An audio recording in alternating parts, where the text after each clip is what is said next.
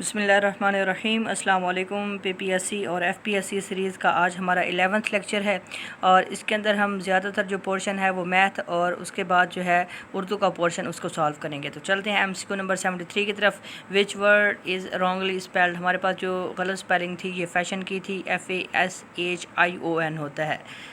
74 MCQ है। Complete proverb ज़र्बुल मिसल जो है कंप्लीट करनी है।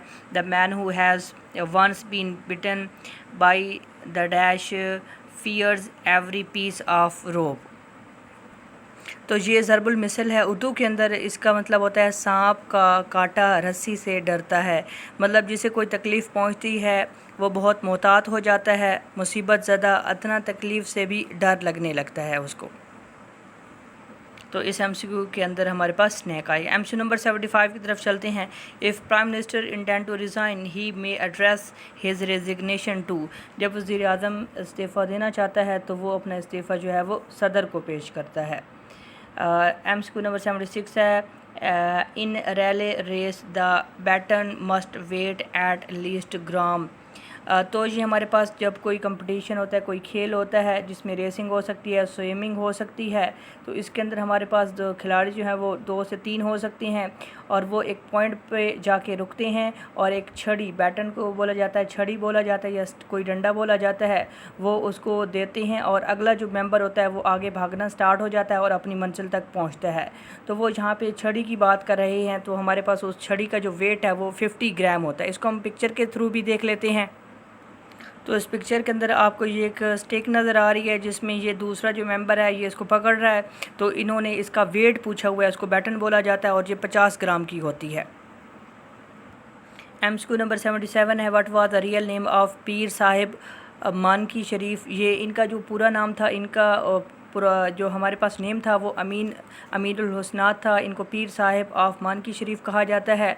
इन्होंने सितंबर 1949 के अंदर अपनी एक पार्टी बनाई थी जिसको अवामी मुस्लिम लीग पार्टी का नाम दिया जाता है। ये इस्लामिक मजहबी लीडर थे। इनके बारे में जो इन्फॉर्मेशन मेन है वो मैंने इस पिक्चर के अंदर हाईलाइट कर दी है। एमसीक्यू नंबर 78 है। First Islamic flag was given to हज़रत हमज़ा रज़ी अल्लाह ताला अन्हु। What was its colour. हज़रत हमज़ा रज़ी अल्लाह ताला अन्हु को इस्लामी झंडा दिया गया था और इसका जो कलर था वो वाइट था। हज़रत हमज़ा रज़ी अल्लाह ताला अन्हु की बात करें तो ये 590 में इन्होंने इस्लाम कबूल किया था और पहली इस्लामी आर्मी की बुनियाद रखी थी जिसके अंदर 30 सिपाही शामिल थे। उसके बाद ग़ज़वा उहद के अंदर ये शहीद हुए थे सन 3 हिजरी के अंदर और इनको वाशी बिन हर्ब ने कत्ल किया था। उसके बाद एमसीक्यू नंबर 79 की तरफ चलें तो प्रोडा जो कि public representative office disqualification act was passed in. तो ये लियाकत अली ख़ान ने जो एक्ट है ये दिया था जो कि जनवरी 1949 को ये पास हुआ था और ये 20 दिसंबर 1954 को ये कानून जो है वो मनसूख कर दिया गया। तो इस कानून के मुताबिक जो है वो किसी को भी आप जो काबीना के अंदर मेंबर है तो उसको डिसक्वालीफाई जो है वो कर सकते थे। तो इसके ज़रिए पहले जो सिंध के वज़ीर आला थे अयूब खोड़ो, उनको नाअहल करार दिया गया था।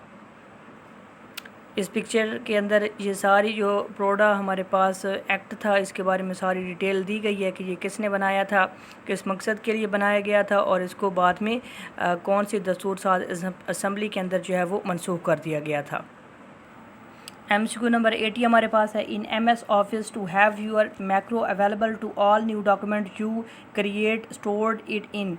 ये MS ऑफिस के अंदर एक कमांड होती है जिसके अंदर आप मुख्तलिफ़ किस्म के जो डॉक्यूमेंट्स होते हैं उनको क्रिएट करती हैं। उसके बाद जब ये आप क्रिएट कर लेते हैं तो ये बाद में कहाँ पे सेव होती हैं तो उसका आंसर जो है वो मेंशन नहीं किया गया। तो ये द नॉर्मल जो टेम्पलेट होता है उसके अंदर ये सारी की सारी जो फाइल्स होती हैं मैक्रो एक्चुअली हमारे पास एक कमांड होती है। जो कमांड दी जाती है ये एक्चुअली जो रिकॉर्डिंग होती है उसको इस्तेमाल करती है और आगे जो रिकॉर्डिंग जो होती है उसको आगे नेक्स्ट रन करती है। तो ये हमारे पास जो है इसको एक फ़ाइल के अंदर सेव किया जाता है जो कि नॉर्मल टेम्पलेट के नाम से जानी जाती है। तो इस पिक्चर के अंदर आप देख सकते हैं कि मैक्रो के अंदर ये जो फ़ाइल हमारे पास है वो सेव हो रही है तो वो नॉर्मल जो टेम्पलेट है उसके अंदर सेव हो रही है। एमसीक्यू नंबर 81 की बात करते हैं। Microsoft window great invention of, ये माइक्रोसॉफ्ट विंडो थी जो कि जिसकी बुनियाद 4 अप्रैल 1975 को रखी गई। माइक्रोसॉफ्ट विंडो जो है ये ऑपरेटिंग सिस्टम है और इसको जो इन्वेंट करने वाले थे ये बिल गेट्स और पॉल एलन थे। ये 2 साइंसदान थे, इन्होंने माइक्रोसॉफ्ट विंडो को ये इन्वेंट किया था। बाकी इसके नेक्स्ट जो हमारे पास मैथ के क्वेश्चन आ रहे हैं, तो इन मैथ के क्वेश्चन जो है वो सोल्यूशन के साथ हम इनको सॉल्व करते हैं जी। ये मैथ का क्वेश्चन है, इसके अंदर कहा गया है कि आपने फ्रैक्शन फाइंड करनी है 3.4% की। तो इसके लिए सबसे पहले हमें ये काम करना पड़ेगा कि हमें परसेंट ख़त्म करने के लिए 3.4 के ऊपर जो है वो 100 तकसीम करना पड़ेगा।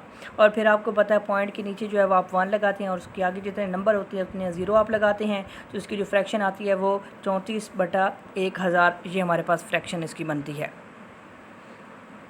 उसके बाद नेक्स्ट एमसीक्यू की अगर हम बात करें तो इस नेक्स्ट एमसीक्यू के अंदर एक बात की गई है कि एक हमारे पास कार ख़रीदने वाला बंदा है, तो उसको कहा जाता है कि ये कार जो हमारे पास है वो 6 लाख की है, लेकिन बाद में उसको डिस्काउंट कर दिया जाता है। उसको कहा जाता है कि आप 5,70,000 जो है वो पे करें।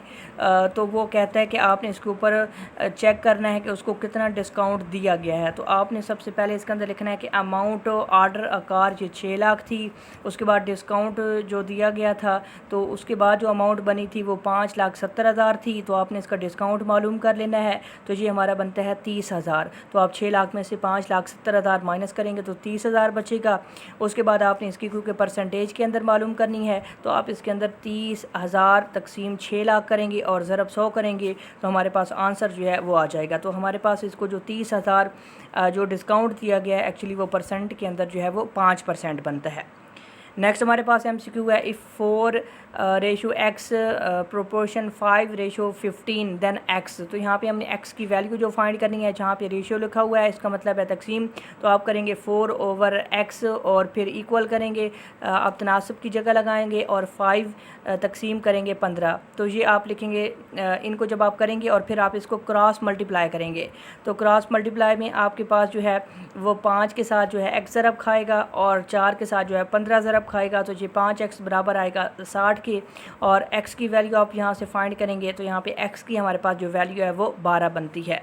उसी तरह नेक्स्ट हमारे पास एक MCQ है, to fill a tank 20 bucket of water is required, how many bucket of water will be required to fill the same tank if the capacity of the bucket is reduce to 2/5 of present. तो हमने सबसे पहले क्या करना है, हमें check करना है कि हमारे पास जो बकेट की कैपेसिटी है वो फॉर एग्जांपल x है और टोटल हमारे पास जो कैपेसिटी है टैंक की आ रही है वो 25x है। अब जो कैपेसिटी है वो डिक्रीज़ हो गई है, वो 2/5x हो गई है। तो अब हमने क्या करना है, हमने इसके अकॉर्डिंग जो है रिक्वायर्ड नंबर ऑफ़ बकेट उसके अकॉर्डिंग हमने फार्मूला लगाना है। टोटल हमारे पास जो था वो 25x की कैपेसिटी थी उस टैंक के अंदर पानी भरने की, लेकिन बाद में कम हो गई है, वो 2x/5 हो गई है। तो आपने इसको सिंप्लीफाई करना है, ये 25x मल्टीप्लाई होगा 5/2x, तो आप सॉल्व करेंगे तो ये 25/2 आएगा और हाफ बनेगा 62.5। तो हमें इतने जो बकेट हैं वो रिक्वायर्ड होंगे अगर उसकी जो टैंकी की जो कैपेसिटी है वो डिक्रीज़ हो जाती है, तो इतने हमारे पास बकेट ज़्यादा लगेंगे।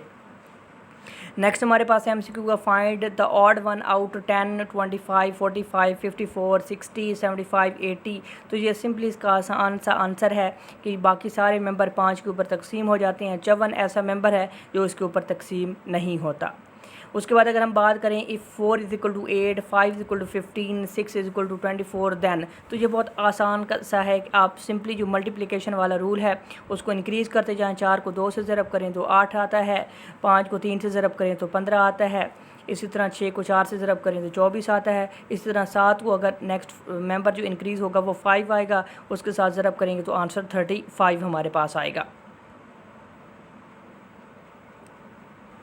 नेक्स्ट हमारे पास एक एवरेज का क्वेश्चन है जिसमें राशिद 3 किताबें जो है हर एक किताब की कीमत 16 रुपये बनती है, वो ख़रीदता है और उसके बाद फिर वो 4 किताबें ख़रीदता है जिसमें हर एक की कीमत जो है वो 23 बनती है। तो आप सिंपली 16 को 3 से मल्टीप्लाई करेंगे तो 48 बनेगा, और बाद में जो उसने 23 रुपये की 4 किताबें जो हैं वो एक एक करके ख़रीदी हैं तो 23 को 4 से ज़रब करेंगे तो 92 बनेगा।